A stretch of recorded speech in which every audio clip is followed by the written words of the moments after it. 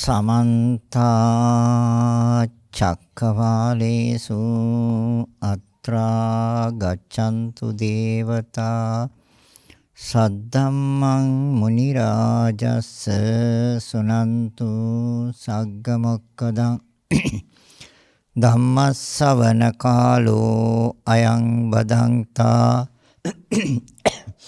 ධම්මස්සවන කාලෝ අයං බදන්තා ධම්මස්සවන කාලෝ අයං බදන්තා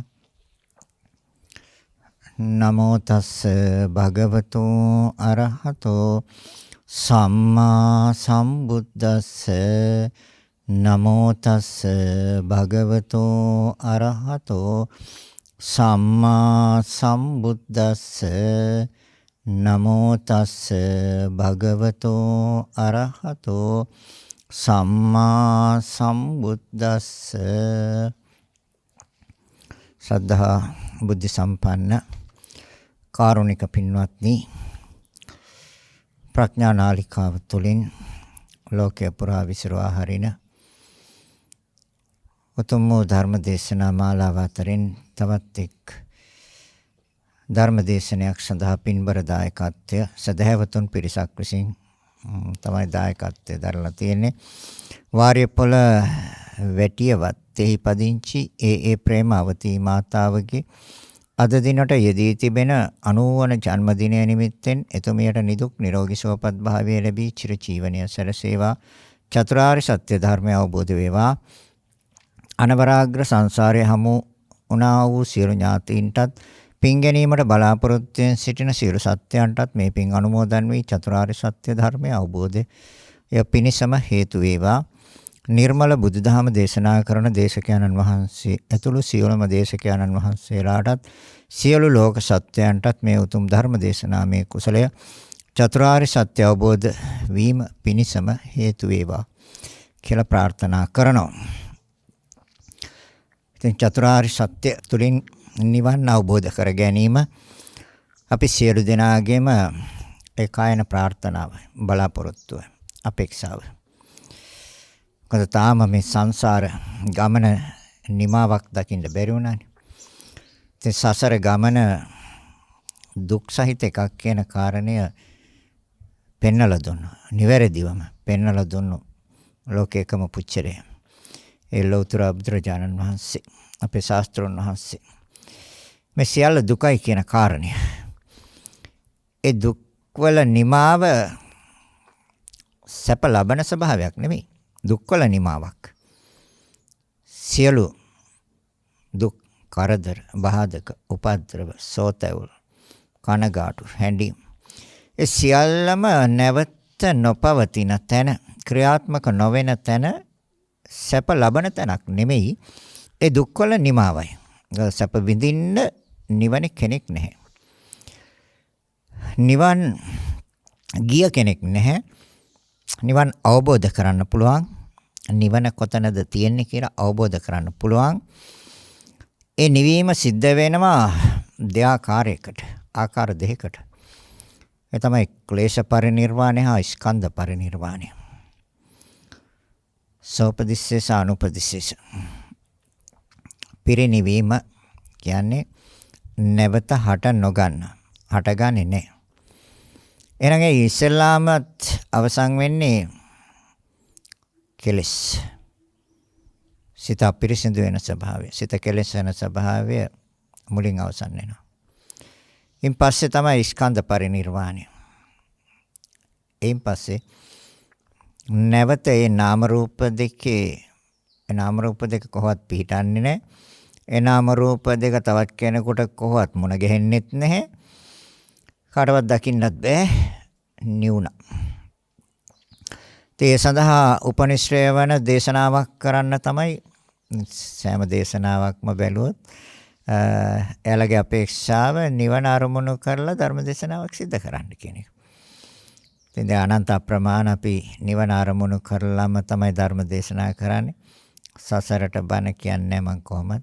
සසරට කියනන බොහොමත්ම කලාතුරකින් ඔය 3 මාසේ බණක් 6 දවසේ බණක් අවුරුද්දේ බණක් වගේ ඒ වගේ බණක් තමයි මම සසරට කියන්නේ. ඒකත් අප අවසානයේ නිවන අරමුණු කරලා පෙන්නලා දෙනවා.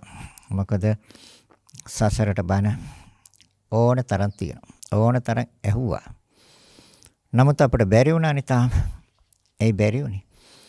අපි සම්මුති දේශනා ඇහුවට පරමාර්ථ දේශනා ඇහුවේ ටිකයි. සම්මුති දේශනා තුළ නිවන් අවබෝධ කරගන්න අමාරුයි.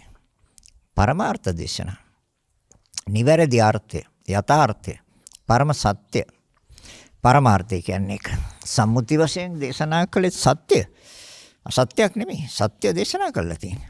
නමුත් ඒක වටහා ගැනීම ටිකක් අපහසුයි. ඒ නිසා පරමාර්ථ වශයෙන් ධර්ම බෙදලා බලපුවාම පුළුවන් නිවන අවබෝධ කරගන්න.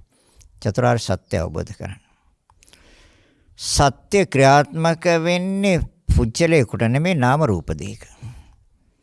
නාම රූප දෙකටයි සත්‍ය ක්‍රියාත්මක වෙන්නේ. පුජ්‍යලයක් වශයෙන් ගත්තොත් ඒ සත්‍ය නිවැරදිව ක්‍රියාත්මක වෙන ආකාරය දැනගන්න දැකගන්න අමාරුයි. නිවැරදිව දැනගන්න දැකගන්න පුළුවන් පරමාර්ථයට ගියාම. ඒ නිසා තමයි බුදුරජාන් වහන්සේ දේශනා කරන්නේ මහණෙනි. අවිච්ඡායත්තේ වශේෂ විරාග නිරෝධ. අවිද්‍යාව සහ මුලින් අවසන්. නම් එයා නිර්වාණය අවබෝධ කරපු කෙනෙක්. එහෙනම් අවිද්‍යාව කියන්නේ මොකද්ද? අවිද්‍යාව පිළිබඳව දේශනා කරනවා ස්කන්ධයන්ගේ. එතකොට පංචස්කන්ධේ අපට නොපෙනෙන අර්ථයක් තියෙනවා. ඒ අර්ථය අපි දර්ශනය කරගන්න ඕනේ. පංචස්කන්ධේ නොපෙනෙන අර්ථයක්. ඒ නොපෙනෙන අර්ථය තුළ මනස ක්‍රියාත්මක වෙන තාක්කල් අවිද්‍යාව. පංචස්කන්ධය. ආයතන කියලා දෙයක් බුදුරජාණන් වහන්සේ දේශනා කළා. ඒ ආයතන වල නිවැරදි ක්‍රියාව, නිවැරදිව සිදුවෙන සිදුවීම නොදන්න තාක්කල් අවිද්‍යාව. ධාතුන්ගේ වටිනාකමක් තියෙනවද? ප්‍රයෝජනයක් තියෙනවද? ඒ ධාතුන් තුල පුච්චලේ කෙනෙක් ඉන්නවද කියලා ඒක විග්‍රහ කරලා බලලා ඒ ධාතුන්ගේ යථා ස්වභාවය නිවැරදිව අවබෝධ කරගත්තොත් විද්‍යාව. ඒ වගේම ලෝකෙන් වෙනස් නොවන සත්‍ය හතරක් තියෙනවා. ඒ සත්‍ය හතර වෙනස් වෙන්නේ. වෙනස් කරන්න බෑ. වෙනස් වෙන්නේ. ඒ තමයි චතුරාර්ය සත්‍ය. ඒ වගේම මේ නායකත්වය අරගෙන මේ ආධ්‍යාත්මික ලෝකය හා බාහිර ලෝකය ඇදගෙන යන්නේ කවුද කියන එක නිවැරදිව තේරුම් ගත්තොත් විද්‍යාව. ආධ්‍යාත්මික හා බාහිර ලෝකය නිවැරදිව ඇදගෙන යන්නේ කවුද? ඒකට නායකත්වය අරන් ඉන්නේ කවුද? ඒකට ප්‍රධාන වෙලා ඉන්නේ කවුද? අධිපති වෙලා ඉන්නේ කවුද? කියන එක නිවැරදිව අවබෝධ කරගත්තොත් විද්‍යාව. මෙන්න මේ ධර්මතාවයන් පිළිබඳව මන අවබෝධයක් ඇති කරගත්තොත් අපට අවිද්‍යාවෙන් මිදෙන්න පුළුවන්. ඒකම පටිච්ච සමුප්පන්න බව. ප්‍රත්‍යයෙන්ම හට ගන්න බව. උපකාරයෙන්ම හට ගන්න බව අවබෝධ කරගන්න ඕනේ. බුදුරජාණන් වහන්සේ පැහැදිලිවම පෙන්වුවා, දේශනා කළා, විවරණය කළා, බෙදලා පෙන්වුවා. මහණෙනි හේතුන්ගෙන්මයි හටගන්නේ. හේතු නැතුව හටගන්නේ. එක ධර්මයක්තාවක් තියෙනවා. ඒ තමයි නිවන. ඒකේ හටගැන්මක් නැහැ නිවනේ. නිවුණා. නොපැවැත්ම, නොහටගැන්ම. අප්‍රවෘත්තිය. ප්‍රවෘත්තිය කියන්නේ පැවැත්ම. අප්‍රවෘත්තිය කියන්නේ නොපැවැත්ම. හටගැන්ම කියන්නේ හටගැන්ම දර්ශනය කරගන්න පුළුවන්. නොහට ගැනීම එහෙනම් ඒ නිවන. එහෙනම් අවිද්‍යාව තුළ මනස. අවිද්‍යාව කියන්නේ සිත තුළ උපදින ධර්මතා දෙකක්. හැබැයි එකිනෙකට විරුද්ධයි. අවිද්‍යාව කියන්නේ මෙන්න මේ දැන් මෙච්චර වෙලා කතා කරපු ඒ දේශනා කරපු ප්‍රකාශ කරපු ධර්මයන් පිළිබඳව නිවැරදි අවබෝධයක් නැහැ. නිවැරදි වැටහීමක් නැහැ. මොකක්ද? මම මුලින් කිව්වා ස්කන්ධ කියලා. ස්කන්ධ කියන්නේ ගොඩවල්. දැන් ගොඩවල් පහක්මයි තියෙන්නේ කියලා ප්‍රත්‍යක්ෂ නම් චුට්ටක් නිවන දිහාට කිට්ටු වෙනවා. පොඩ්ඩක් නිවන දිහාට කිට්ටු වෙනවා. ගොඩවල් පහක්මයි තියෙන්නේ. හැබැයි ඒ පහම තවදුරටත් විග්‍රහ කළා, බෙදලා, වෙන් කළා, ඒ තුලින්ම චතුරාර්ය සත්‍යයත් අවබෝධ කරගෙන නිවෙන්න පුළුවන්. ඒකකින්. එහෙම නැත්නම් ආයතන, එහෙම නැත්නම් අර ධාතු කියන ස්වභාවයන්. ඒවෙන් යථ ස්වභාවය, ඒ වගේම ඉන්ද්‍රිය ධර්මතාවයන් පිළිබඳ. ඒ ස්වභාවයන් අපි හොඳට විමසන්න ඕනේ, පරීක්ෂා කරන්න ඕනේ. බෙදලා වෙන් කළ බලන්න ඕනේ. දැන් අපි බෙදන ඉස්සෙල්ලාම එහෙනම් මොකද අවිද්‍යාවෙන් මිදෙන්න ඕනේ. මොකද අවිද්‍යාවෙන් මිදුනොත් විතරයි විද්‍යාව. ඒතර විද්‍යාව කියන්නේ නිවැරදිව දැනගත්තා, නිවැරදිව දැකගත්තා. ඒ තමයි නිවන. නිවැරදිව දැනගත්තා, නිවැරදිව දැකගත්තා. එහෙනම් ස්කන්ධයන්ගේ යථා ස්වභාවය. ස්කන්ධ කියන්නේ ගොඩවල්. යම් ගොඩක් යම් තැනක තියෙනවා නම් ඒකට කියනවා ස්කන්ධ කියලා. ස්කන්ධ කියන වචනේ. එහෙනම් ගොඩවල්. ඒතර බුදුරජාණන් වහන්සේ පෙන්නනවා ගොඩවල් පහක් තියෙනවා. මොන ගොඩවල්ද? සතර මහා ධාතුන්ගේ ගොඩක් තියෙනවා. ඒකත් හේතු ප්‍රත්‍යයෙන් හටගන්නේ. ඒ වගේම වේදනාස්කන්ධයේ ගොඩකුත් තියෙනවා. එතන ගොඩක් තියෙනවා. සංඥාස්කන්ධෙත් ගොඩක් තියෙන්නේ. සංස්කාරස්කන්ධයන්ගෙත් ගොඩක් තියෙන්නේ. විඥානස්කන්ධයන්ගෙත් ගොඩක් තියෙන්නේ. ගොඩවල් පහක්. එතකොට ගොඩවල් පහක් පෙන්නලා දෙනවා. ගොඩවල් පහක් විවෘත කරනවා. ගොඩවල් පහක් පෙන්නනවා. ගොඩවල් පහක් බෙදලා දක්වනවා බුදුරජාණන් වහන්සේ. බලන්න මෙතන මොකද්ද සිද්ධ වෙන්නේ? නිවැරදිව තම තමන්ගේ නුවණින් තම තමන්ගේ මනසින් වෙන් කර කර බලන්න. ඒ වෙන් කර කර බලලා මේ පහේ තමන්ට ප්‍රයෝජනවත් දෙයක් තියෙනවා. තවදුරටත් පවත්වා ගන්නට අවශ්‍යයි කියන දෙයක් තියෙනවා. තවදුරටත් ඒවා ග්‍රහණය කරගන්න, ඒවා අල්ලගන්න සුදුසු නම් ගන්න. එහෙම නැත්නම් ඒ ග්‍රහණය අතහරින්න. ඒ ගොඩවල් පහ පිළිබඳව නිවැරදිව දැනගන්න, නිවැරදිව දැකගන්න. දැකගත්තාම එයින් අයින් වෙනවා. ඒ නැති තාක් කල් අයින් වෙන්නේ. ඒ අයින් වෙච්ච පුච්චලය පිළිබඳව බුදුරජාණන් වහන්සේ ලස්සන උපමාවක් කිව්වා. අයින් වෙච්ච පුච්චලය. ඒකට ගත්තා මේ රැයට අහසට නගින වවුලියක්. ඒ වවුලිය රැයට අහසට නගිනවා.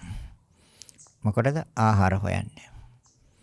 ගිහිල්ලා වහනවා අතු පහක් තියෙන ගහක. ඒ ගහේ අතු පහයි තියෙන. ඒකේ ඉස්සලා මුල්ම අත්තේ වහනවා. යටම අත්තේ. ඒ වහලා ඒ අත්ත පිළිබඳව හොඳට විමසනවා. පරීක්ෂා කරනවා. හොඳට ඇහැ යවනවා. ඒකේ කොලයක් ගානේ ඇහැ යවනවා. නටුවක් ගානේ ඇහැ යවනවා. ඒ මුල් අත්ත දිගේ සම්පූර්ණම හොඳට පරීක්ෂා කරලා බලනවා. ඇහැ යවලා. හැබැයි ගත යුතු දෙයක් නැහැ. ඒ කියන්නේ කිසිම ආහාරයක් නැහැ. පුංචි ඵලයක්වත් නැහැ. කියන්නේ පුංචි ගෙඩියක්වත් නැහැ. ගහේ ඒ අත්තේ. දැන් ඒ අත්තේ රැඳිලා ඉන්නේ නැහැ. එයාත් අතහරිනවා. එයාත් අතහැරලා ඊගාවත් දෙවෙනි අත්තේ එල්ලෙනවා. ඒ දෙවෙනි අත්තේ එල්ලලා ඒක දිහා ඒකත් බලන හොඳට පරීක්ෂා කරනවා. හොඳට විමසනවා. හොඳට ඇහැ යවනවා. ඇහැ කරකෝ. මොකද? පැත්ත දන්න වවුලෝ ඉන්නේ එල්ලිලානේ. එල්ලිලා ඉඳගෙන ඔළුව කරකවන්න පුළුවන් යට හොඳට. හැම පැත්තටම. ඒතර හැම පැත්තටම කරකෝ බලනවා. හැබැයි එයත්ෙත් නැහැ කිසිම පුංචි ආහාරයක්වත් නැහැ. නටුයි කොළයි විතරයි තියෙන්නේ. දැන් හොයන්නේ යම් ගෙඩියක්, ඵලයක්. වවුලි හොයන්නේ. දැන් එහෙම එකක් නැහැ දෙවෙනි අත්තේ. කුස පුරව ගන්න යන්තමට හෝ කුස පුරව ගන්න දෙයක් නැහැ. ගත යුතු දෙයක් නැහැ. නගින තුන්වෙනි අත්තට. එල්ලෙනවා ඒ අත්තේ. ඒකෙත් අර විදිහටම එල්ලලා හොඳට හිස කරකෝ ඇස් කරකෝ හොඳට බලනවා පරීක්ෂා කරනවා. හොඳට හොයනවා. හොඳට පරීක්ෂා කරනවා. හැංගිලාවක් තියනද පුංචි ගත යුතු දෙයක්. ආහාරයේ පිණිස කුසගිනි නිවා ගැනීම පිණිස. නෑ ඒත් නෑ. ඊට පස්සේ අත්ත තතහරිනවා. එල්ලෙන හතරවෙනි අත්තේ. ඒකේ තර විදිහටම එල්ලෙලා අර විදිහටම පරීක්ෂා කරනවා. හොඳට මෙහෙවනවා. ඇස කරකෝ. හොඳට බලනවා. කොලයක් පාසා බලනවා. නටුවක් පාසා බලනවා. හොඳට. හැබැයි ඒකේ කිසිම දෙයක් නැහැ. ගත යුතු පුංචි ගැටයක්වත් දෙයක් නැහැ. එයත් අතහරිනවා. නගින පස්වෙනි අත්තට. නගින හතරවෙනි අත්තට. එතකොට තුන්වෙනි අත්ත අතහැරියා නැග්ග හතරවෙනි අත්තෙත් බලනවා හොඳට. හොඳට පරීක්ෂා කර බලනවා. විමසලා බලනවා. හොඳට හොයනවා. ඔළුව කරකෝ. හැබැයි ඒකෙත් නැහැ. ඒ හතරවෙනි අත්තෙත් නැහැ ගත යුතු කිසිම දෙයක්. පුංචි කුස යන්තම් හරි පුරව ගන්න දෙයක් ඒකෙත් නැහැ. ඒ අත්තත් අතහරිනවා. නගින පස්වෙනි අත්තට. ඒ පස්වෙනි අත්තෙත් හොඳට පරීක්ෂා කරනවා. විමසනවා. පුංචි දෙයක් හරි තියනවාද ගත යුතු දෙයක් ආහාරයට. ඒකෙත් නෑ දකින්නේ කිසි දෙයක් නෑ. ඒ අතු පහේම කිසි දෙයක් නෑ ගත යුතු දෙයක්. පුංචි දෙයක්වත් නෑ ආහාරයේ පිණිස. දැන් ඒ වවුලිය ඒ ගහේ එල්ලිලා ඉන්නේ නෑනේ. ඒ අතු පහම අතහැරියා. අතහැරලා නැග්ග අහසට නැගලා වෙන ගහක එල්ලෙයි. එයි මේ අතු පහම අතහැරියේ. මේ අතු පහම අතහැරියේ ගත යුතු දෙයක් නැති නිසා. ප්‍රයෝජනවත් දෙයක් නැති නිසා. කුසට ආහාරක් නැති නිසා. අන්නේ උපමාව අරගෙන බුදුරජාණන් වහන්සේ දේශනා කරනවා. එහෙනම් මේක පිරික්සන්න. පරීක්ෂා කරන්න විමසන්න මේ අතු පහේ ගත යුතු දෙයක් තියෙනවද? වටිනා දෙයක් තියෙනවද? ප්‍රයෝජනයක් තියෙනවද? ඉදිරියට ගෙන යන්න සුදුසුද? තවත් භවයකට අරගෙන යන්න හොඳයිද කියලා බලන්න කියනවා. දැන් අපිට කියන්නේ මේක හොඳ නැහැ කියලා කිව්වේ නෑ බුදුරජාණන් වහන්සේ. තමන් බලන්න කියලා කියනවා. ඒ තමයි බුදුරජාණන් වහන්සේගේ දේශනාව. තමන් බලන්නකො මේ අතු පහ පිළිබඳ විමසන. ඒ අතු පහ තමයි රූප, වේදනා, සංඥා, සංස්කාර, විඥාන. අන්න අතු පහ.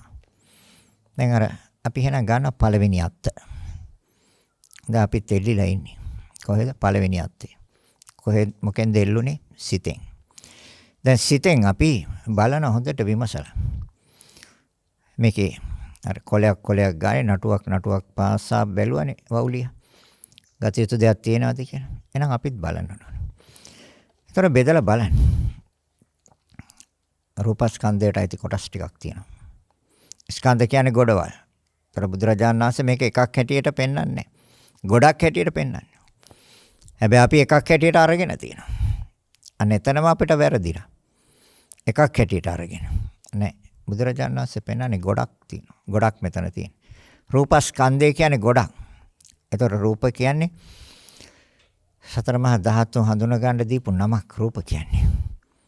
එහෙනම් සතර මහා ධාතු ගොඩක් තියෙන්නේ මෙතන. ධාතු කියන්නේ ශක්තිය. නැත්තම් මහ භූත කියලා කියනවා. මහ භූතයන්ගේ ඒ ස්වභාවයන් ගොඩක් තියෙනවා.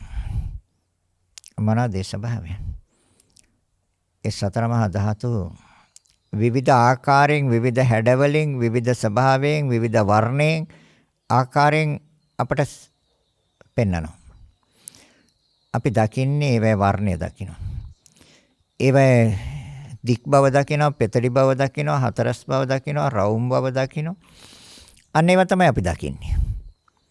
එහෙනම් මේ රූපස්කන්ධය අභ්‍යන්තර රූපස්කන්ධෙත් බලන්න එහෙමද තියෙන්නේ කියලා. ඔව්. මේ අභ්‍යන්තර ඇතුළත අපේ ශරීරයේ රූපයට අයිති කොටසේ සතර මහා ධාතුන්ට අයිති කොටසේ හතරස් ඒවා තියෙනවා. රවුම් ඒවා තියෙනවා. දික් ඒවා තියෙනවා. පෙතලි ඒවා තියෙනවා. කෙටි ඒවා තියෙනවා. ඒවැ විවිධ වර්ණ තියෙනවා. කහ පාට තියෙනවා. මොනවද? එස්සෙම සොටු. එතකොට දියර වගේ ඒවා තියෙනවා.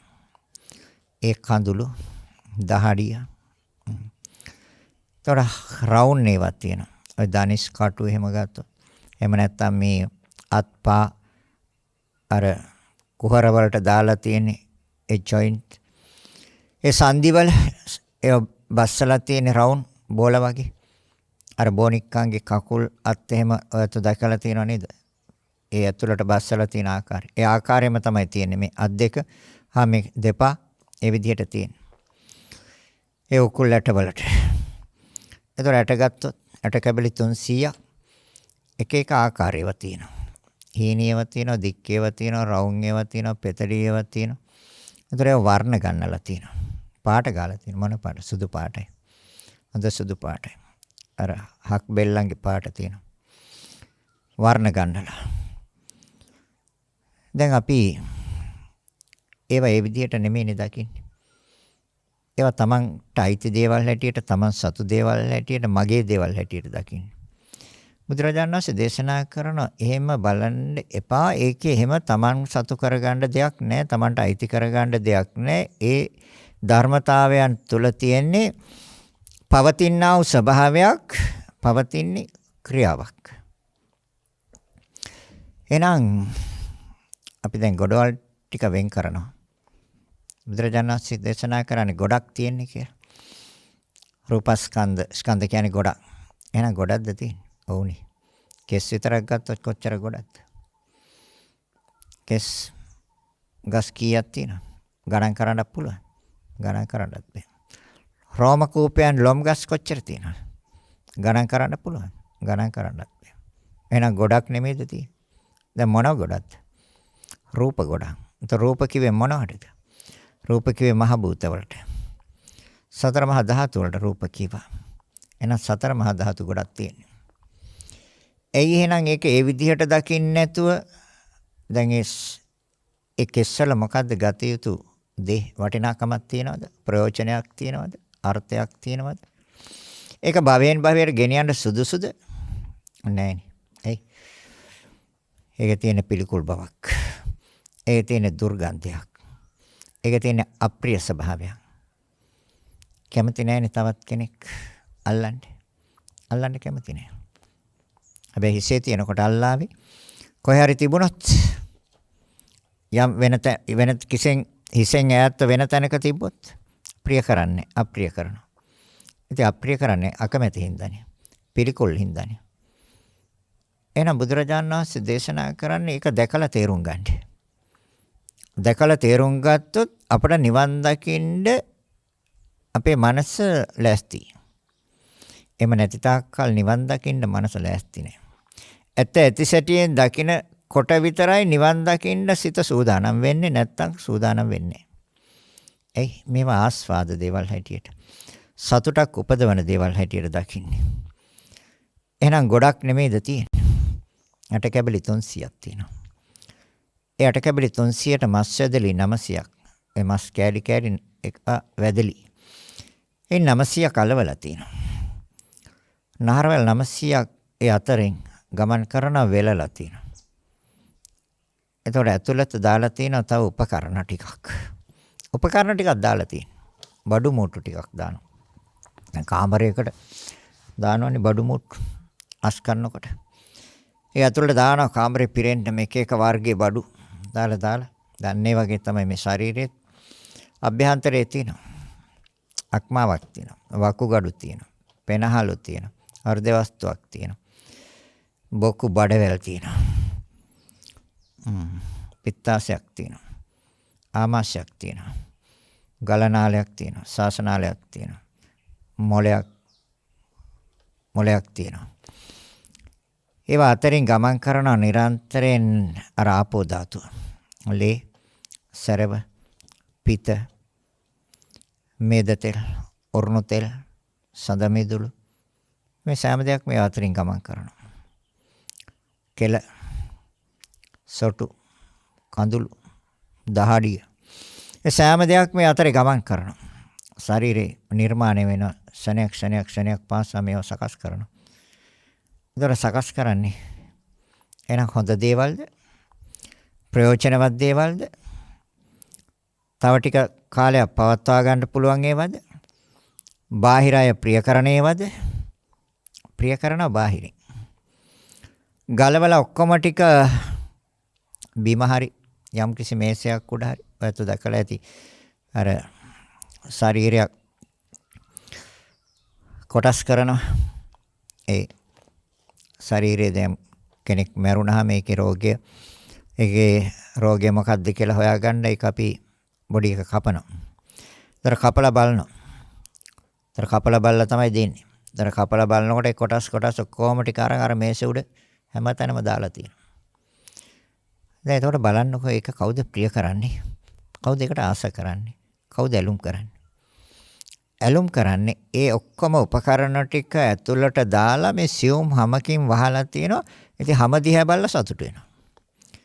නෑනේ. ඔකේ අර ඇතුලේ තියෙන උපකරණ ටික බලන්නකො. අභ්‍යන්තරයේ තුල ඒ තනින් තන එල්ලලා තියෙන ඒ උපකරණ ටික බලන්න. බුදුරජාණන් වහන්සේ දේශනා කරන්නේ ඒකයි. ඒක බලලා ඒක හොඳයි නම් එනන් තියාගන්න. දැන් කෙලවලට කවුද කැමති තියාගන්න? සෙමවලට කවුද කැමති? සොටු වලට කවුද කැමති? කඳුළු වලට කවුද කැමති? දහඩිය, ලේ, සැරව, පිත වලට කවුද කැමති? සඳ මිදුළු, මුත්‍රා කවුද කැමති? එහෙනම් මේක ඇතුලේ තියෙනවනේ. අභ්‍යන්තරය තුල තියෙනවනේ. ඉතින් අපි ඊගාව භවයකට ආරන් යන්නෙත් මේවනේ. දැන් බුදුරජාණන් වහන්සේ දේශනා කරනවා එහෙනම් ඒක තවදුරටත් ගෙනියන්න කැමති නම් අවිද්‍යාව තවදුරටත් වර්තමානයේ මේකට ප්‍රිය කරනවා නම් ඇලොම් කරනවා නම් ආස කරනවා නම් ඒත් අවිද්‍යාව. ඇයි? දන්නේ නැණි. තේරෙන්නේ නැණි. මේ මොනවද කියලා. පිළිකුල් යම් දෙයක් පිළිකුල් නම් ඒක අභ්‍යන්තරයේ තිබ්බත් පිළිකුල් එළියේ තිබ්බත් පිළිකුල්. දැන් ඔයත් දකින්නවනේ අර මේසේ උඩ කෑලි කපලා ඔක්කොම සීසීකට විසිරෝලා දානවනේ. අර මරණ පරීක්ෂක එයා ඇවිල්ලා ඒ ආයුධ අරගෙන කපන ඔක්කොම. මේ ඔලු කට්ට ගලවනවා. ඒක ගලවලා ඒක දෙබෑ කරලා ඒකේ තියෙන මදේ ගන්න එළියට. අර දානවා අර මේසේ. ඒතර පපුව පලනවා. එතන උගුරු දණ්ඩ ගාව ඉඳලා මේ බුරියෙන් පල්ලෙහාට එනකම් පෙකණියෙන් පල්ලෙහාට එනකම් පලනවා. පල්ලා දෙකට අරිනවා කෝට් එක ඇරියා වගේ. ඇරලා ගන්නවා ඒකේ ඇතුලේ තියෙන ඒ ඔක්කොම අත දාලා ගන්නවා එළියට. ඒවරන් එකින් එක පරීක්ෂා කරනවා. දැන් එහෙම දාපුවාම දැකලා තියෙනවා දාලා තියෙනවා. ඉතින් ඒවට තාස කරන්නකො එහෙනම්. ඇයි ඒවට ආස කරන්නේ නැත්තේ? ඇයි ඒවමනේ Tamange අභ්‍යන්තරය තුල තියෙන්නේ? ඇයි ඒක දකින්නේ නැත්තේ? අභ්‍යන්තරය තුල තියෙන දේනේ අර මේසෙ උඩ එළියට දැම්මේ විසිරෝල. එහෙනම් එතන තියෙනකොට ප්‍රිය කරන්නකො. ආස කරන්නකො. ළඟ හිටියොත් මොකද කරන්නේ? ළඟ ඉන්නෙත් නැහැ. ළඟ ඉන්නත් ඒක හොඳට පුහුණු වෙන්න ඕනේ, පුරුදු වෙන්න ඕනේ. නැත්නම් එකපාරට ගිහින් ළඟින් තිබ්බොත් එයා පැනලා දුවන එතනින්. කොසීහ නැතිව වැටෙනවා. එක්ක වමනේ කරනවා. බලන්න නැද්ද? ඉතින් ඇයි මේ ඇත්ත සැටියෙන් දකින්නේ නැත්තේ? ආයක තමයි විද්‍යාව. ඉතින් අවිද්‍යාව තියෙනකන් නිවන් දකින්න බෑනේ. බුදුරජාණන් වහන්සේ දේශනා කරන අවිද්‍යාවෙන් මිදෙන්න ඕනේ නිවන් දකින්න. එහෙනම් විද්‍යාව උපදවන්න ඕනේ. විද්‍යාවෙන් නිවන් දකින්න පුළුවන්. අවිද්‍යාවෙන් නිවන් දකින්න බෑ.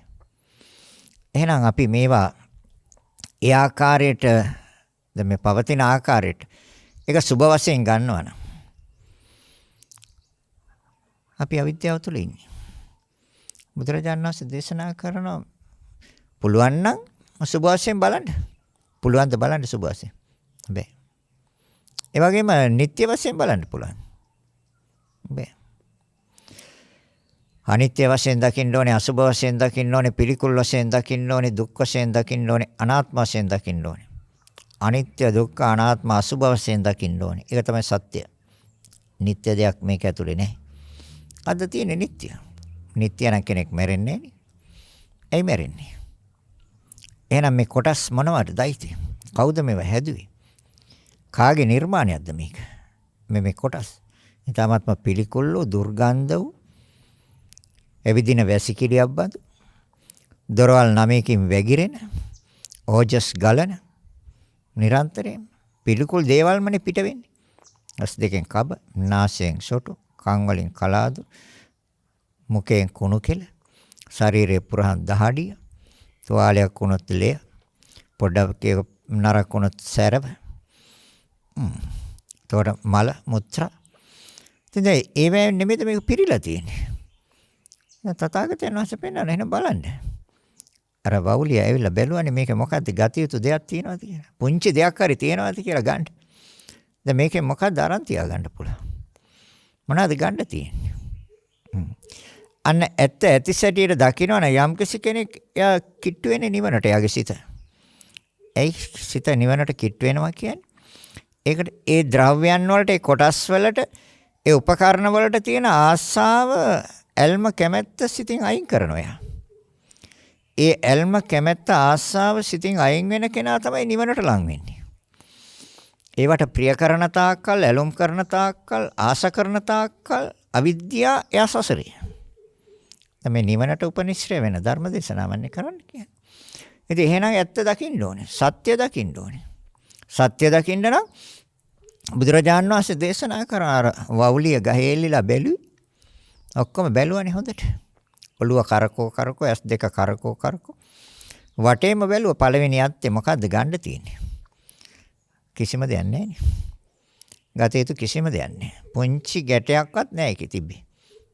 ඉතින් මොකද කරන්නේ? එයාට අතහැරියා. එයාත් එල්ලිලා ඉන්නේ. දැන් අපි නෑනේ. දැන් හොඳටම දන්නා මේකේ ගත යුතු දෙයක් නැහැ කියලා, අර්ථයක් නැහැ, වටිනාකමකුත් නැහැ කියලා යම් මට්ටමකට තේරෙනවා. හැබැයි ඒ වුණාට ඒක අර පරීක්ෂණය තුළින් තහවුරු කරගෙන නැහෙනි. ප්‍රත්‍යක්ෂ කරගෙන නැහෙනි. බුදුරජාණන් වහන්සේ දේශනා කරන්නේ ඒක හොඳට විසිරෝලා. ඒ කොටස් ටික හොඳට විසිරවන්න මනසෙන්. මනසින් සෑම තැනකට මේ කොටස් ටික විසිරවලා දාන්න. අර මරණ පරීක්ෂක අර මේස උඩ විසිරවලා දාලා තියෙන කොටස් ටික. අන්න ඒ වගේ මනසින් අපි විසිරවන්න කොටස් ටික. විසිරවල වෙලා එකින් එක අරන් බලන්න. අර වවුලිය එල්ලිලා බැලුවා වගේ. හොඳට බලන්න. ගත යුතු දෙයක් තියෙනවා නම් ගන්න. නෑ.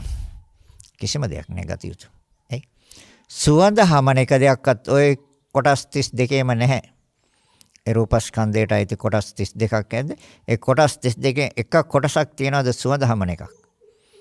දුර්ගන්ධයක් නැති එකක්. දින 2යි 3යි ඉන්න ඕනේ සෝදන්න නැතුව, පිරිසිදු කරන්න නැතුව, මෝන සෝදන්න නැතුව, ඇඟ සෝදන්න නැතුව, නාන්නේ නැතුව දවස් 3ක් ඉන්න. ශරීරයෙන් මොනවද නික්මෙන්නේ කියලා බලන්න. මේ ඇතුලේ තියෙන අසුචි වල දුර්ගන්ධය විසිරවන බාහිරට. බාහිරට විසිරවන. එළියට. එතකොට ළඟ ඉන්න බෑ. කෙනෙකුට ලඟ වෙන්න බෑ. එහෙනම් අපි ඒ පිළිබඳව නිවැරදිව දැනගත්තද දැකගත්තද? බුදුරජාණන් වහන්සේ දේශනා කරන නිවැරදිව දැනගන්න දැකගන්න. ඒතර ඒව හදලා තියෙන්නේ මොනවද කියලා බලන්න. පුජ්‍යලේකට අයිති දෙයකින් නම් හදලා තියෙන්නේ ගන්න. කෙනෙකුට අයිති දෙයකින් නම් හදලා තියෙන්නේ ගන්න. ඒත් නෑනේ. පුජ්‍යලේකට අයිති මොකද්ද තියෙන්නේ? කොටස් ටික වෙන් කළා බලපුවාම බලලා ඒක හදලා තියෙන්නේ මොනවද, මොන උපකරණෙන්ද, මොන ද්‍රව්‍යයද, මොන අමුද්‍රව්‍යයද ඒ කොටස් නිර්මාණය කරන්න අරන් තියෙන්නේ කියලා බැලුවොත් එතන හැංගිලා ඉන්නේ මහ භූතයෝ. සතර මහ භූතයෝ. ශක්තියින් හතරක්. ශක්තියින් හතර ක්‍රියාවක්. තද ගතිය ක්‍රියාවක්. ඇලෙන වැగిරෙන දියර ගතිය ක්‍රියාවක්. උණුසුම් ගතිය ක්‍රියාවක් හා වායුවේ ක්‍රියාවක්. ඒකට පරිවාර හතරකුත් ඉන්නවා ලෑස්ති වෙලා. තවත් සිත අවුල් කරන්නේ. ඒ තමයි වර්ණ, ගන්ධ, රස, ඕජා. ඔන්න. නිවැරදිව දැනගත්තා, නිවැරදිව දැක්කා. දැන් ඒතකොට අර වවුලිය අත්තේ අත්ත මොකද කරේ? අතහැරියා. දැන් අපි තාම එල්ලිලා ඉන්නවනේ. කොහෙන්ද එල්ලිලා ඉන්නේ? මනසින්. සිතින් අල්ලගෙන ඉන්නේ මේක තාම. දැන් මේ ඔය කොටස් මොන කොටසටද ආසාව ඇල්ම කැමැත්ත අතහැරි. මේකකටවත් අතහැරින්නේ. ඇයි? අතහරින්න බෑ. එක කොටසකට ආසාව අතහැරියොත් අනිත් කොටස් වලටත් ආසාව අතහරින්න වෙනවා. මොකද ඔය ඔක්කොම එකකට එකක් බැඳිලා තියෙන්නේ. එකකට එකක් බැඳිලා තියෙන්නේ. ඇයි? පටවි ධාතුව අයින් කරන්න බෑ. පඨවි ධාතුව අයින් කරනකොට අනිත් ධාතු තුනත් අයින් වෙනවා. දැන් ආපෝ ධාතුව අතිශය පිළිකුල්. කෙල සෙම සොටු කඳුළු දහඩිය ලේ සැරව පිත මේද තෙල් උරුණු තෙල් සඳ මිදුණු මුත්‍රා අතිශය පිළිකුල්. අර තද ගතියට වඩා අතිශය පිළිකුල්.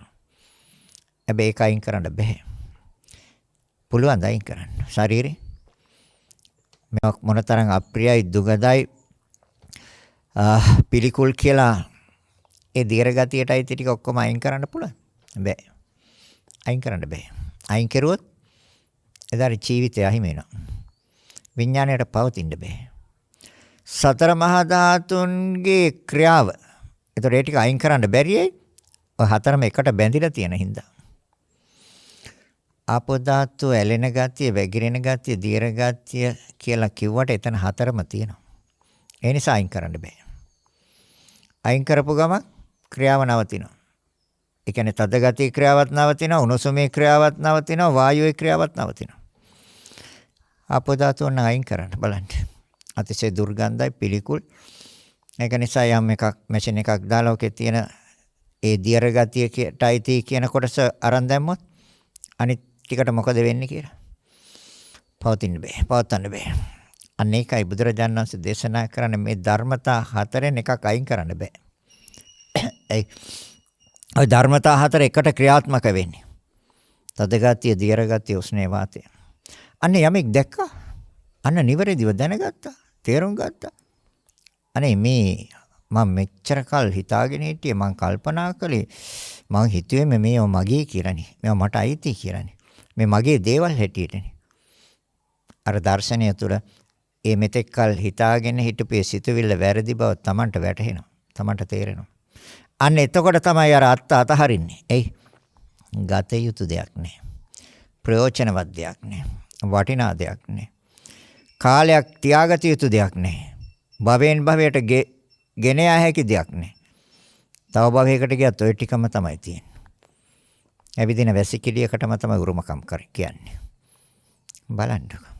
ඔය සත්‍යයක් මැරිලා ඔය වාහනයකට යට වෙලා පාර පුරා සීසීකට කෑලි ටික තියෙනවා. ඒ අනුව තේරුම් ගන්න. ඒ ස්වභාවයම තමයි අපේ ශරීරය තුල තියෙන්නේ. ඒ සතාගේ තියෙන ඒ ටිකමයි තමයි. එයාගේ තියෙනවා කෙස් තියෙනවා, ලොම් තියෙනවා, නිය තියෙනවා, දත් තියෙනවා, සම්මස් නහර ඇට ඒ ඔක්කොම තියෙන සතාගේ. කේසතාගේ කෙල තියෙනවා, සෙම තියෙනවා, සොටු තියෙනවා, කඳුළු තියෙනවා, දහඩිය ලේ සැරව පිත මේද තෙල් උරුණු තෙල් සඳ මිදුණු මුත්‍රා ඒ සතාගේ තියෙන අන්න විසිරවලා දාලා තියෙන වාහනයකට යට වෙලා පාර පුරා සීසීකඩ. කවුද ගිහින් ළඟට ගිහින් අල්ලලා එහෙම පෙරලලා එහෙම බලන්නේ? බලනවද? ඒ කොටස් ටිකම තමයි මේ අපේ අභ්‍යන්තරයේ තියෙන්නේ. ඇයි ඒක දකින්නේ නැත්තේ? ඇයි ඒ පිළිබඳව පරීක්ෂා කරන්නේ නැත්තේ? නිවැරදිව පරීක්ෂා කළා නිවැරදි දේ නිවැරදි ආකාරයට තේරුම් ගත්තොත් අවිද්‍යාවෙන් මිදෙනවා. ඒ නැති තාක්කල් අවිද්‍යාවෙන් මිදෙන්නේ. අවිද්‍යාවෙන් මිදෙන්නේ නැත්නම් නිවන් දකින්න බෑ. එයි අවිද්‍යාව කියන්නේ නොදන්නකම, නොතේරෙනකම, නොවැටීම. ඒතකොට ඔය සෑම දෙයක්ම දැන් චතුරාර්ය සත්‍යයක් තියෙනවා උතන. ඒ කොහොමද? දැන් කොටස් අයිති දුකට නෙමෙයි. ඒ සෑම කොටසක්ම වෙනස් වීම, විපරිණාමය හා පෙරලෙන ස්වභාවයක් නේ තියෙන්නේ. ඒතකොට වෙනස් වීම, පෙරලෙන ස්වභාවය සැපට අයිතිද දුකට අයිතිද? දුකට අයිති. ඒ සෑම දෙයක්ම අයිති දුකට. එයි. ඔය ශරීරයේ මේ අභ්‍යන්තර ශරීරය තුළ තියෙන මේ සෑම කොටසක් නිසාම යම් වෙලාවක ශෝක වුනේ නැද්ද? ඇඬුවේ නැද්ද? ඇස නිසා ඇඬුවා. ඇසේ යම් පටලයක් බැඳිලා බාහිර රූප දර්ශනය වෙන්නේ නැති තැන ඇඬුවා. ඇසේ යම් රුධිරයේ වෙනසක් ලේ ගැලීමක් වුණා නම් ඇස දැවිල්ල නම් ඇසේ යම් ද්‍රව්‍යයක් හැපුණා නම් ශෝක වුනේ නැද්ද? කනගාටු වුනේ නැද්ද? හැඬුනේ නැද්ද? වැළපුවේ නැද්ද? ඉතින් එහෙනම් ඇසයිති දුකටනේ. ඒක ආර්ය සත්‍යයක් නේ. ତොර පෙනීම ක්‍රමක්‍රමයෙන් අඩු වෙනකොට ශෝක වෙනවා, කනගාටු වෙනවා, හඬනවා, වැළපෙනවා. ඉතින් එහෙනම් දුකටනේ ඇයිති. කන ඇතුලේ මොකක් කර පුංචි සතෙක් රින් ගන්නකො බලන්න. මොනතරම් වේදනාවක්ද කියලා. මොනතරම් දුකක්ද. අඬනවා, වැළපෙනවා, දුක් වෙනවා. ඒක ක්‍රමක්‍රමයෙන් ඒ Tamanට බාහිර දේ පිළිබඳව අහන්න බැරි වුණත් අඬනවා දුක් වෙන ශෝක අනේ මට ඇහෙන්නේ නැහැ. දුක් වෙන ශෝක වෙන කනගාටු වෙන. එහෙනම් මේ පිළිබඳව කනෙන් යම් අවස්ථාවල සැරව ගලන. තොර කන් ඇතුළේ ගෙඩියෙනවා. ඒකට මේ මොනවද මේ හදන්නේ? අපේ ශෝක උපදන ඒවා කනගාටු උපදන ඒවා හඬන වැළපෙන උපදවන ඒවා නෙමෙයිද මේ හදන්නේ නිර්මාණය කරන්නේ. ඒක සත්‍යයක් නේ බොරුවක් නෙමෙයි. වකුගඩුව නරක් වුණාම කවුද සතුටු වෙන්නේ? හුස්ම ගන්න අමාරු නම් කවුද සතුටු වෙන්නේ? හෘද වස්තුව දුර්වල නම් ඒකට ලේ ගෙන්නේ නැත්නම් හරියාකාරව. දොස්තර මහත්තයා කියනවා මේකේ මේ වැල් දෙකක් තුනක් තියෙන දුර්වලතාවය. හරියාකාරව ලේ එන්නේ. සතුටු වෙන එක්කෙනෙක් ඉන්නවද? නෑ. අඬනවා එතන ඉඳලා. වැළපෙනවා. බයිපාස් එකක් කරන්න ඕනේ. ඉතින් දුක් වෙනවා. මේ ශරීරයේ කොතනද සතුටක් ඇති වෙන දෙයක් තියෙන්නේ? ද දුක් ඇති කරන එක දෙයක්ද සෑම කොටසකම තියෙන. සෑම කොටසකමයි දුකට. ඒ නිසා තමයි බුදුරජාණන් වහන්සේ දේශනා කරන එක ආර්ය සත්‍යයක්. ඒක බොරුවක් නෙමෙයි. ඒ ආර්ය සත්‍යයක්. එතකොට මේ දුක ඇති උනේ ඇයි? හටගත්ත හින්දා. ඒ සෑම කොටසක්ම අලුතෙන් හට ගන්නවනේ. ඒක තමයි දුක. අලුතෙන්ම හට ගන්න ශනේ නැති වෙනවා. ඒ නිසා තවත් දුකයි. අලුතෙන් නෙමෙයිද හටගන්නේ. අලුතෙන්ම හට ගන්නවා. ඒ කොහොමද? චිත්තක්ෂණ 17ක පැවැත්මයි තියෙන්නේ. ඔය සතර මහා භූතයන්ට චිත්තක්ෂණ 17ක පැවැත්මයි චිත්තක්ෂණ 17ක් තුල ඇතිව නැති වෙනවා. එහෙනම් ඇතිව නැති වෙනවා නම් දුකයිනේ. නැති වෙනවා කියන්නේ හට ගන්න ශනේ නැති වෙනවා. එහෙනම් ඒකත් දුකයි. හැබැයි හටගත්තත් දුකයි. එයි හටගත්තාම තියෙන්නේ දුක, ශෝකය, කනගාටුව, හැඬීම, වැළපීම, දුක්ඛ දෝමනස්ය. ශනයක් තුල නැති වෙනවා ඒකත් දුකයි. දැන් එන ඔය රූපස්කන්ධය කියලා ඔය සතර මහා ධාතුන්ට අයිති කියන ඔය කොටස දැන් තේරෙන්නේ නැද්ද දුක්ඛාරි සත්‍ය කියලා? ආරි සත්‍ය. හැබැයි හටගන්න හේතුවක් ඕනේ. ඒ තමයි සමුදාය සත්‍ය. දැන් හේතුවක් නැතුවද හැදුවේ? නෑනේ. ඒතර මොකද්ද හේතු? ඒ අර කම්ම චිත්ත ඍතු ආහාර. වර්තමානයේ ප්‍රවෘත්තිය. ඒතර චිත්තක්ෂණ 17ක් තුළ හට ගන්න ශනේ බින්දෙනවා. ඒතර හටගත්තා නම් ඒ දුකයි. එයි ඒ හටගත්ත තැන තියෙන්නේ ශෝක, කනගාටු, හැඬීම්, වැළපීම්, දුක්ඛ දෝමනස්යන්. ශනයක් තුළ නැති වෙනවා ඒකත් දුකයි. පවත්තන්න බෑ. ඒකත් දුකයි. හැබැයි හේතුවකින් හදන්න ඕනේ. ඒ තමයි සමුදාය සත්‍ය. සමුදය කියන්නේ හේතුවයි. මේ කම්මචිත්ත ඍතු ආහාර. මේ ධර්මතා හතර නිරන්තරයෙන් උපකාර කරනවා. පැවැත්මක් පෙන්වන්න. ක්‍රියාව කැඩෙන්නේ නැති බව පෙන්වන්න මේ ධර්මතා හතරක් හැංගිලා ඉඳලා උපකාර කරනවා. නාම ධර්ම දෙකක් හා රූප ධර්ම දෙකක්. නාම ධර්ම දෙකක් තමයි කම්ම චිත්ත. රූප ධර්ම දෙක තමයි ඍතු ආහාර. බලන්න හොඳට විමසලා බලන්න, පරීක්ෂා කරලා බලන්න. අර වවුලිය වගේ හොඳට බලන්නකො. එතකොට දකින්න. නැත්තම් දකින්නේ.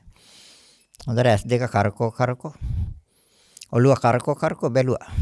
පළවෙනි අත්තේ මොනවද ගන්න තියෙන්නේ කියලා. ගත යුතු කිසි දෙයක් නැහැ. ඉතින් ඊට පස්සේ දෙවෙනි අත්තට නැගලා බැලුවා. එහෙනම් දැන් ප්‍රත්‍යයෙන් අර කම්මචිත්ත ඍතු ආහාර වර්තමානයේ ප්‍රත්‍යය හැබැයි පෙර භවයේ මූලිකව ඉදිරිපත් උනේ මුල් වශයෙන් ඉදිරිපත් උනේ ඒ කර්මයයි. ඒ කර්මයට ඉදිරිපත් උනේ කවුද? ඒ කර්මය නිෂ්පාදනය කරන්න ඉදිරිපත් කුනේ අවිද්‍යාවයි තණ්හාවයි. අන්න මූල හේතු. එතකොට හේතුන්ගෙන් නෙමෙයිද හටගන්නේ? ඒක සමුදාය සත්‍යයි. හොඳයි. එහෙනම් අර දුකට අයිති ක්‍රියාව නවත්තන්න.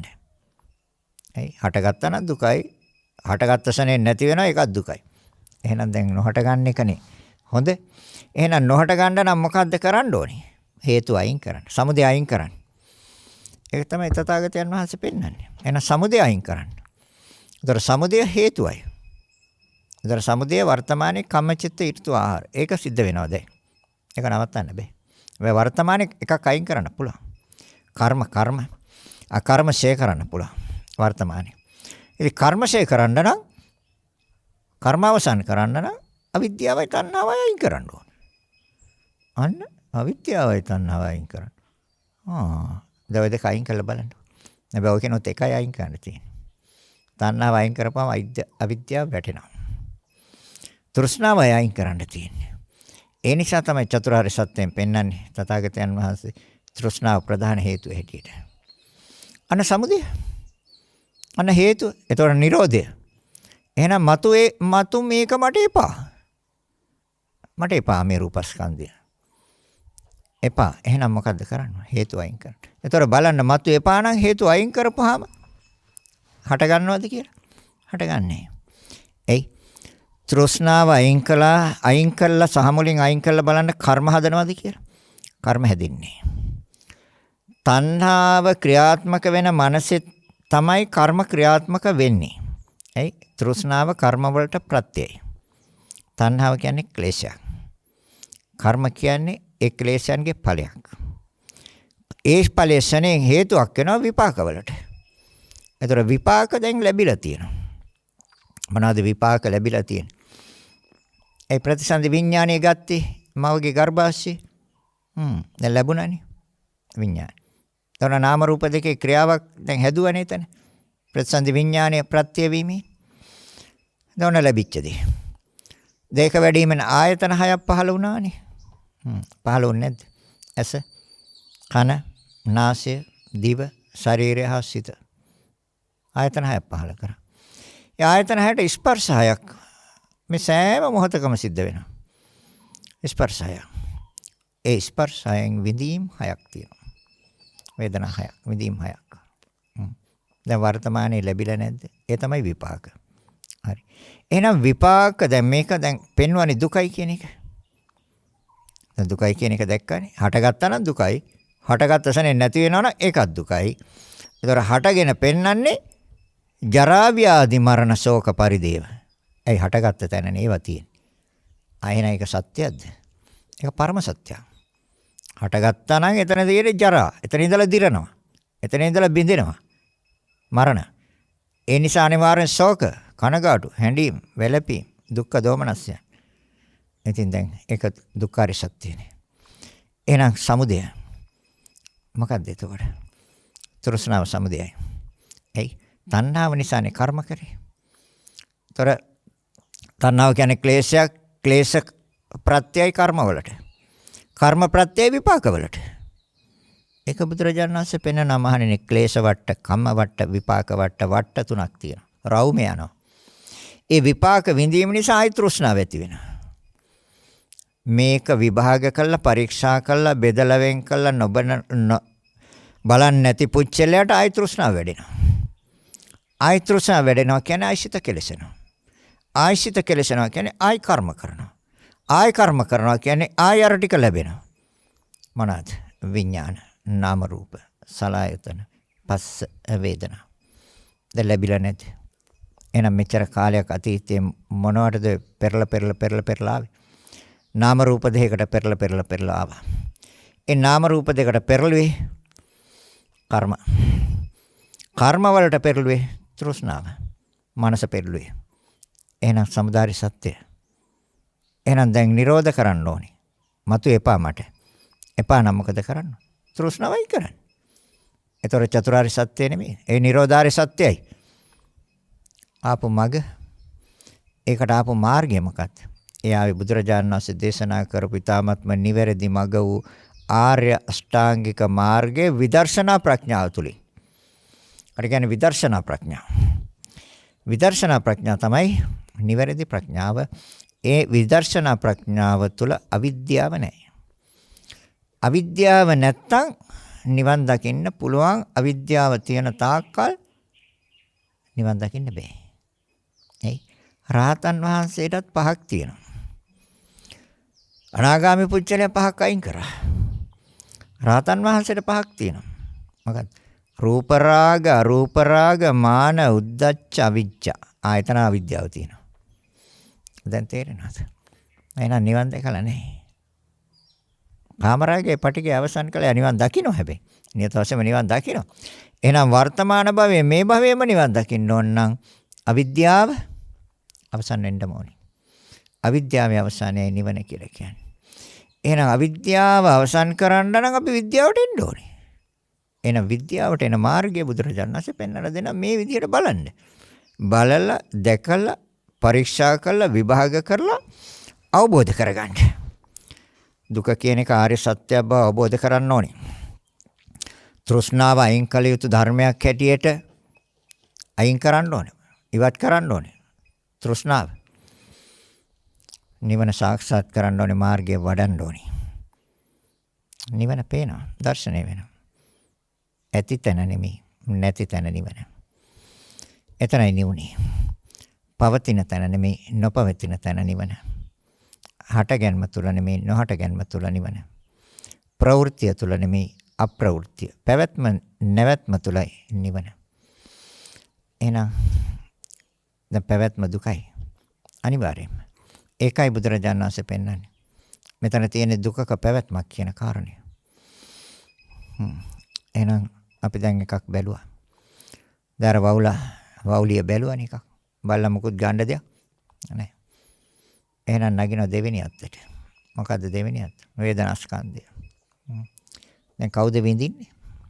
විඳින කෙනෙක් ඉන්නවනම් ගන්න.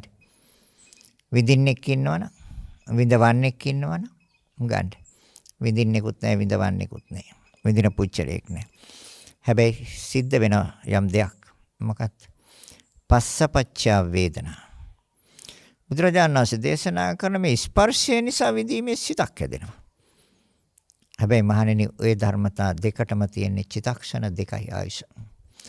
ওই ධර්මතා දෙකටම තියෙන චිතක්ෂණ දෙකයි ආයුෂ. ස්පර්ශයට ආශයක චිතක්ෂණයයි. ඒ ස්පර්ශය ප්‍රත්‍යවීමෙන් හටගන්න ඵලයට ආශයක චිතක්ෂණයයි. ස්පර්ශයෙන් හටගත්ත ඵලයක් විඳීමේ සිත. එහෙම නැත්නම් මේක අභ්‍යන්තරයේ තුල ඉඳගෙන විඳින පුච්චලේ. දැන් රූපස්කන්ධය බෙදලා බලපුවම කෝපුච්චලේ. කොටස් වල ක්‍රියාකාරීත්වය පැහැදිලිව අවබෝධ කරගත්තා. තේරුම් ගත්තා. වටහා ගත්තා. දැන් නැග්ගනේ දෙවෙනි අත්තට. දැන් දෙවෙනි අත්ත පරීක්ෂා කරනවා. ඇස් දෙක කරකෝ ඔළුව කරකෝ හොයන හැමතැනම හොයන. වවුලිය එහෙමනේ හොයන. දැන් බලන්න. දැන් බලන්නකො විඳින්නෙක් ඉන්නවද? නෑ. හැබැයි විඳීමේ සිතක් හැදෙනවා. කවුද ඒක හැදුවේ? මම හැදුවද? බාහිර කෙනෙක් හැදුවද? නෑ. විඳින්නේ මම කියලා ගත්තොත් සාසත දිට්ඨියට වැටෙනවා. විඳින්නේ මම නෙමෙයි කිව්වොත් උච්ඡේද දිට්ඨියට වැටෙනවා. ස්පර්ශ ප්‍රත්‍යයෙන් විඳීමේ සිතක් හැදෙනවා කියලා දැක්කොත් සත්‍ය දකිනවා. ස්පර්ශ ප්‍රත්‍යයෙන් විඳීමේ සිතක් හැදෙනවා. එහෙම නැතු ඒ සිත ස්පර්ශේ නෑ සිත. විඳීමේ සිත ස්පර්ශය විසින් හැදුවෙත් නෑ. ස්පර්ශයට විඳීමේ සිත හදන්න බෑ. විඳීමේ සිතක් ඉපදවීමේ අදහසක් වේදනාව තුලත් නැහැ. ඉපදීමේ අදහසක් වේදනාව තුල නැහැ. ස්පර්ශයේ වේදනාව නිපදවන්නෙත් නැහැ. ස්පර්ශය නිසා වේදනාව හටගන්න බව වේදනාව දන්නෙත් නැහැ. හැබැයි ස්පර්ශය හැර වේදනාවට ප්‍රත්‍ය වෙන ධර්මතාවයකුත් නැහැ. මෙන්න මේ සතර ආකාරය දකින්න. ඉපදීමේ අදහසක් වේදනාවේ නැහැ. වේදනාවට ඉපදීමේ අදහසක් තියනවද? නැහැ. ස්පර්ශයේ වේදනාව නිපදවනවද? නැහැ. ස්පර්ශය නිසා වේදනාව හට ගන්න බව වේදනාව දන්නවද? ඒ දන්නෙත් නැහැ. හැබැයි ස්පර්ශය හැර වේදනාවට ප්‍රත්‍ය වෙන ධර්මතාවයකුත් නැහැ. එහෙනම් ප්‍රත්‍ය වීමක් තියෙනවා. ප්‍රත්‍ය කියන්නේ උපකාර වෙනවා. උදව් වෙනවා. පිහිට වෙනවා. ඒකයි පස්සපච්චය වේදනා කිව්වේ. අන්නේ ස්වභාවය නිවැරදිව තේරුම් ගන්න, නිවැරදිව අවබෝධ කරගන්න, නිවැරදිව වටහා ගන්න අර දෙවෙනි අත්තෙත් මුකුත් නැහැ කියලා තේරෙයි. අර වවුලියට වගේ. බැලුවානේ හොඳට. කරකෝ බැලුවා. ඇස් දෙක, ඔළුව ඔක්කොම කරකෝ බැලුවා. හැම පැත්තෙම බැලුවා. චක්කු සම්පස්සජ වේදනා. ඇස මූලික කරගෙන හට ගන්න. ඇස මුල්ුන් නැත්තම් ඒ විදිහේ සිත හදන්න බෑනේ. හොඳට බලන්නකෝ. ඇස මුල් වුණා බාහිර රූපයක් ගත්තා. දෙක හැදුවා සිතක්. කර්ණ තුන එකතු ස්පර්ශය ප්‍රත්‍යය විදීමේ සිතට. පුච්චරයක් නැහැ විදින කෙනෙක් නැහැ. එහෙනම් ගතිය යුතු දෙයක් තියනවද? ප්‍රයෝජනවත් දෙයක් තියනවද? පුජ්‍යලයක් නැහැනේ. සත්වයක් නැහැනේ. කෙනෙක් නැහැනේ. හේතු ප්‍රත්‍ය. හේතු ප්‍රත්‍ය. ඒ අනුව හැදෙන්නේ. ඒතර බුදුරජාණන් වහන්සේ දේශනා කළ හරිද? හරි. පස්සපච්චය වේදනා. එහෙනම් දැන් හේතුන්ගෙන්ද හටගන්නේ. ඒතර මමද විඳින්නේ? විඳින පුච්චරයක් ඉන්නවද? ඒතර ඉපදීමේ අදහසක් වේදනාවට තියනවද? ස්පර්ශයේ වේදනාව උපදවනවද? ඒත් නෑ. ස්පර්ශය නිසා වේදනාව උපදින බව වේදනාව දන්නවද? ඒ දන්නෙත් නෑ. හැබැයි ස්පර්ශය හැර වේදනාවට ප්‍රත්‍ය වෙන ධර්මතාවයකුත් නෑ. නාම ධර්ම දෙකයි චිත්තක්ෂණ දෙකක් තුළ ඇතිව නැති වෙනවා. හැබැයි අපි ඇලෙනවා. අපි එල්ලිලා ඉන්න අත්තේ. පළවෙනි අත්තෙත් එල්ලිලා ඉන්නේ තාම. දෙවෙනි අත්තෙත් එල්ලිලා. නගින තුන්වෙනි අත්තට. බලන සංඥාස්. ඒකත් බලන හොඳට. චක්කු සම්පස්සජ සංඥා. සංඥා කියන්නේ හඳුනා ගන්න. හඳුනාගන්නේ සිතින්. හඳුනාගන්නේ නාම රූප දෙක වෙන හඳුනා ගන්න දෙයක් නැහැ. විඳීමේ සිත හඳුනාගත්තා. විඳීම. ඒතර ඒක හඳුනාගෙන ඒක මම විඳින දෙයක් හැටියට තමයි හඳුනාගන්නේ. දැන් මමද විඳින්නේ? දැන් මම පෙන්වන්නේ ඉස්සෙල්ලා විඳින්නේ කවුද කියලා? ස්පර්ශය. එහෙනම් ඒ ස්පර්ශයම තමයි සංඥාවට ප්‍රත්‍ය. වේදනාවට ප්‍රත්‍ය වෙච්ච ස්පර්ශයමයි සංඥාවට ප්‍රත්‍ය. ඒතර සංඥා ඉපදීමේ අදහස සංඥාවට තියෙනවද? නෑ. ඒතර ස්පර්ශය සංඥාව උපදවනවද? නෑ. ඒතර සංඥාව හට ගන්න බව ස්පර්ශය දන්නවද? සංඥාව දන්නවද? ඒ දන්නෙත් නෑ. එහෙනම් ස්පර්ශය හැර සංඥාවට ප්‍රත්‍ය වෙන ධර්මතාවයක නෑ.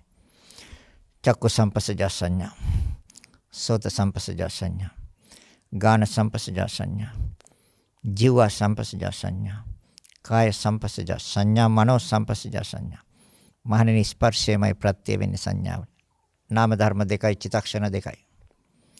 නාම ධර්ම දෙකක් ස්පර්ශය හා සංඥාව සිතේ හැදෙන්නේ. සිතේ ස්වභාවයන්. චිත්තක්ෂණ දෙකයි ඇතිව නැති වෙනවා.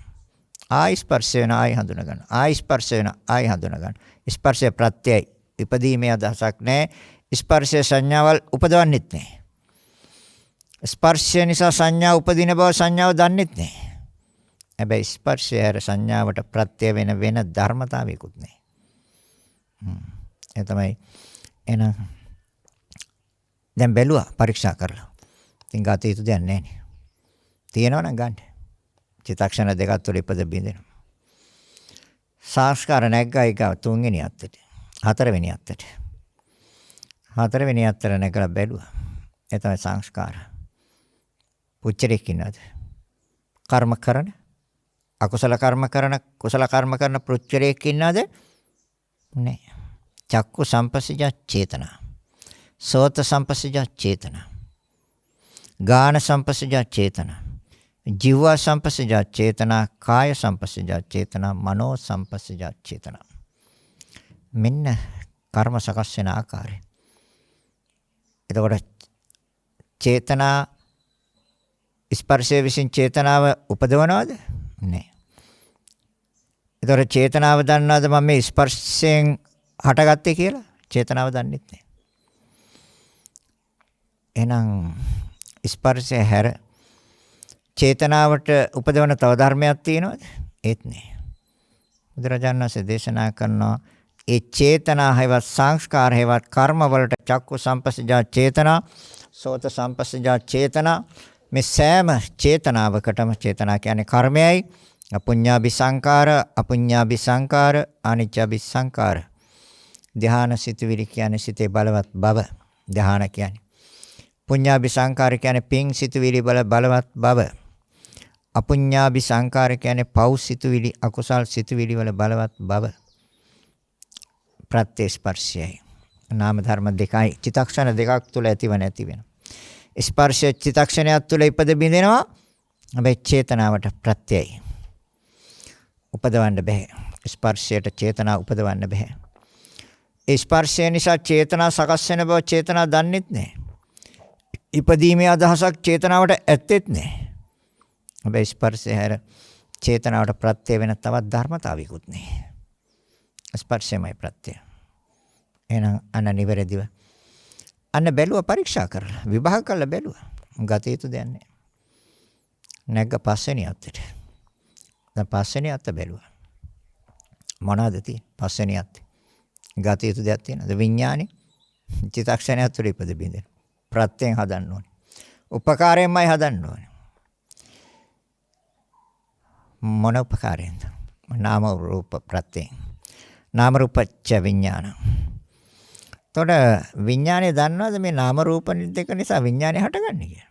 නෑ. නාම රූප විඥානේ උපදවනවද? ඒත් නෑ. එහෙනම් ඉපදීමේ අදහසක් විඥාණයට තියෙනවද? ඒත් නෑ. හැබැයි නාම රූප හැර විඥානේ උපදවන වෙන ධර්මතාවයකුත් නෑ. නාම රූප ප්‍රත්‍යයයි.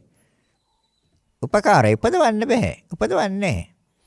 එහෙනම් නාම රූප පත්‍ය විඥාන. වේදනා සංඥා සංකාර නාම ඒවා බැසගෙන ඉන්නේ මේ සතර මහා ධාතු හේවත් මේ අධ්‍යාත්මික රූපකයත් එක්ක බැඳිලා තියෙන්නේ සම්බන්ධ වෙලා තියෙන්නේ. ඒ තමයි නාම රූප. වේදනා කියන්නේ නාම. එතකොට සංඥා කියන්නේ නාම. සංස්කාර කියන්නේ නාම. වේදනා සංඥා සංස්කාර. බැසගෙන ඉන්නවා මේ රූපය හේවත් සතර මහා ධාතුන්ගේ සම්බන්ධ වෙලා ඉන්නේ. ඒ දෙන්නගේ සම්බන්ධතාවය උඩ තමයි විඥානය ක්‍රියාත්මක වෙන්නේ. විඥානය පවතින්නේ. විඥානය ඉදිරියට යන්නේ. ඒ ධර්මතා නැත්තම් විඥානයක් නැහැ. නාම රූප නැති තැන කොහෙද විඥානයක් තියෙන්නේ? විඳින්න නැත්තම් හඳුනා ගන්න නැත්තම් සිත බලවත් වෙන්නේ නැත්තම් එතකොට එයාලට බැස ගන්න මේ සතර මහා ධාතු ඉදිරිපත් වෙන්නේ නැත්තම් ප්‍රත්‍ය වෙන්නේ නැත්තම් කොහොමද විඥානයක් තියෙන්නේ? එහෙම තැනක් තියෙනවා. ඒ තමයි අර ආකාසඤ්ඤායතන විඥානච්ඡායතන අකිඤ්ඤඤ්ඤායතන නේව සංඥා ඥාසඤ්ඤායතන බුදුරජාණන් වහන්සේ පෙන්වනවා. එහෙම තැනක් තියෙනවා. නාම ධර්මයක් විතරක් පවතින. වෙන කිසිම තැනක නැහැ. ආකාශය විඥානේ අකිඤ්ඤඤ්ඤායතන නේව සංඥා ඥාසඤ්ඤායතන. ඔය හතරේ තියෙනවා. නාම ධර්ම විතරයි තියෙන්නේ. එහෙනම් දැන් පැහැදිලිද කියන එක? එහෙනම් ධර්ම දේශනාව අවසන් කරනවා. ගත යුතු දෙයක් තියෙනවද? වටිනාකමක් තියෙනවද? හරයක් තියෙනවද? ප්‍රයෝජනයක් තියෙනවද? නැහැ. එහෙනම් පස්වෙනි අත්තේ අතුපහම පරීක්ෂා කරලා බලන්න. ගත යුතු දෙයක් තියෙනවා නම් ගන්න, නැත්නම් අතුපහම අතහරින්න. එදාට නිවන. ඒ නැති තාක්කල් නිවන් දකින්න බෑ. ධර්ම දේශනාව අවසන් කරනවා. සදහැවතුන් පිරිසක් විසින් දායකත්වයේ දරලා තියෙන වාරිය පොළ වැට්ටිය වත්තේ පදිංචි ඒ ප්‍රේමාවතී මාතාවගේ අද දිනට යෙදී තිබෙන 90 වෙනි ජන්මදිනය නිමිත්තෙන් එතුමියට නිදුක් නිරෝගී සුවපත් භාවය ලැබී චිර ජීවනයේ සැලසේවා. චතුරාර්ය සත්‍ය ධර්මය අවබෝධ වේවා. අනවරාග්‍ර සංසාරයේ හමු උනා වූ සියලු ඥාතීන්ටත් පින් ගැනීමට බලාපොරොත්තු වෙන සිටින සියලු සත්‍යයන්ටත් මේ පින් අනුමෝදන් වී චතුරාර්ය සත්‍ය ධර්මය අවබෝධ වේවා. ඒ පිණිසම මේ උතුම් පුණ්‍ය ශක්තිය හේතු වේවා. නිර්මල බුදුදහම දේශනා කරන දේශකයන්න් වහන්සේ ඇතුළු සියලුම දේශකයන්න් වහන්සේලාටත් සියලු ලෝක සත්‍යයන්ටත් මේ උතුම් ධර්ම දේශනාමය කුසලයේ චතුරාර්ය සත්‍ය අවබෝධ වීම සඳහාම හේතු වේවා කියලා ප්‍රාර්ථනා කරනවා. ඒ ප්‍රාර්ථනාවන් මේ විදිහටම ඉෂ්ට සිද්ධ වේවා කියන මෛත්‍රී සහගත සිතින් පුණ්‍ය අනුමෝදනා සිද්ධ කරනවා. එහෙනම් පරලෝසප ඥාතීන් සියලු දෙනාට මේ පින් අනුමෝදන් කරන පින් අනුමෝදන් වීමෙන් සුවපත් වේවා. ඒ සෑම කෙනෙක්ම ඊට ඉක්මන් භවයකදී උතුම් වූ නිවනින්ම සැනසෙත්වා කියලා. ඉදම්මේ ඥාතීනං හෝතු සුඛිතා හොන්තු ඥාතයෝ. ඉදම්මේ ඥාතීනං හෝතු සුඛිතා හොන්තු ඥාතයෝ. ඉදම්මේ ඥාතීනං හෝතු සුඛිතා හොන්තු ඥාතයෝ. දෙවියන්ට පින් දෙමු. ආකාසට්ඨා ච බුම්මට්ඨා දේවා නාග මහිද්దికා පුඤ්ඤන්තං අනුමෝදිත්වා චිරන් රක්ඛන්තු ලෝක සාසනං. ආකාසට්ඨා ච බුම්මට්ඨා දේවා නාග මහිද්దికා පුඤ්ඤන්තං අනුමෝදි චිරන් රක්ඛන්තු දේශනං. ආකාසට්ඨා ච බුම්මට්ඨා දේවා නාග මහිද්దికා තං අනුමෝදිත්වා චිරන් රක්ඛන්තු මං පරන්ති. රැස් කරගත් අනන්ත ප්‍රමාණ පුණ්‍ය ශක්තියෙන් ඔබ අප සෑම දිනාටම උතුම් වූ නිර්වාණ අවබෝධය පිණිසම හේතු වාසනා වේවා කියලා හිතාගෙන සාදු කියන්න. සෑම දිනාටම ආශිර්වාද කරනවා. අභිවාදන සීලිස්ස නිච්ඡං වතාපචායිනෝ චත්තාරෝ ධම්මා වඩ්ඩಂತಿ ආයුවන්නෝ සුඛං බලං ආයුරාෝග්‍ය සම්පatti සග්ග සම්පatti මේවත අතෝ නිබ්බාන සම්පatti ඉමිනාතේ සමිච්ඡතු. සෑම දිනාටම තෙරුවන් සරණයි. ද්වේෂක්ඛයෝ නිබ්බානං